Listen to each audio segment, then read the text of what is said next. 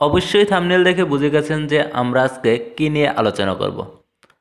আপনার চ্যানেলের লোগোটা যদি খুব সুন্দর না হয় তাহলে দর্শকদের কাছে কিন্তু খুব আকর্ষণীয় হয় না। তো আজকে শেখাবো যে কীভাবে আপনার চ্যানেলের লোগোটা খুব সুন্দরভাবে তৈরি করবেন।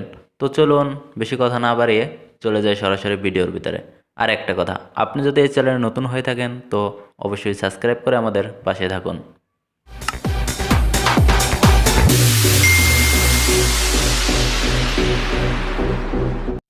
তো এটা তৈরি করার জন্য কিন্তু একটা অ্যাপস প্রয়োজন, সেটা আপনার প্লে স্টোরে অ্যাভেলেবেল পাবেন। আমি সাইটে নামটা দিয়ে দিচ্ছি। তো অ্যাপসটার ভিতরে ঢুকে যাবেন। তারপরে এই যে নিচে দেখছেন প্লাস চিহ্ন, এই প্লাস চিহ্নের উপরে আপনারা ক্লিক করে নেবেন। তারপর একটু নিচে চলে যাবেন, একটা ব্যাকগ্রাউন্ড আপনারা নিয়ে নেবেন। সো আমি একটা ব্যাকগ্রাউন্ড নিয়ে নিচ্ছি। তারপর খুঁজে নেবেন কোথায় বর্ডার লেখাটা আছে। সো বর্ডার উপরে ক্লিক করবেন।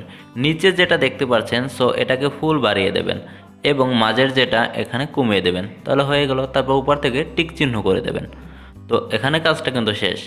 তারপরে চলে যাবেন টেক্সট। তো টেক্সটের উপরে ক্লিক করে নেবেন। এবার আপনাদের চ্যানেলে যে কিছু লিখবেন লোগোর ভিতরে সেটা লিখবেন।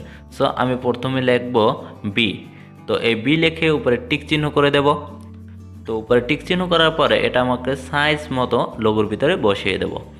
যতটুকু লোগো বানাচ্ছি আমি কিন্তু এতটুকু লোগো কিন্তু আমার শো করবে ইউটিউবে। তারপর আমি এখানে কালার করে নেব। সো আমি কালারটাও করে নিলাম। তারপরে উপরে যে টিক চিহ্ন করে দেব। তো আমার হয়ে গেল বি লেখাটা। তারপর আমি আবার আরেকটা অক্ষর লিখে নেব, সেটা আবার কালার করে নেব। তো আমি লিখে নেব আবার ডি। তো ডি আগের মতো টিক চিহ্ন দিয়ে নিয়ে এসে তো এটাকে আমি সুন্দরভাবে বসিয়ে দেব। তারপর এখানে আবার কালারে চলে যাব, কালার করে দেব।